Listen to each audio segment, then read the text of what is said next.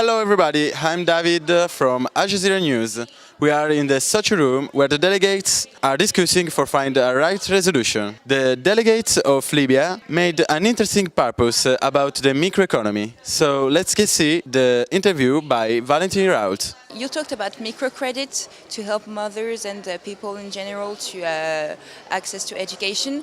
How would you do this? Do you have concrete example? So when we talk about microcredits and microfinance, it's basically giving accessibility to finance for the mothers. As you can see, the resources are not spread across the rural areas, so they're not accessible. So through microcredits and microfinance, we'll make it more accessible. The way of implementation is through something called mobile money. When you're using the mobile money, you can send funds through your telephone, through rural areas, for the women to get this money and empower themselves.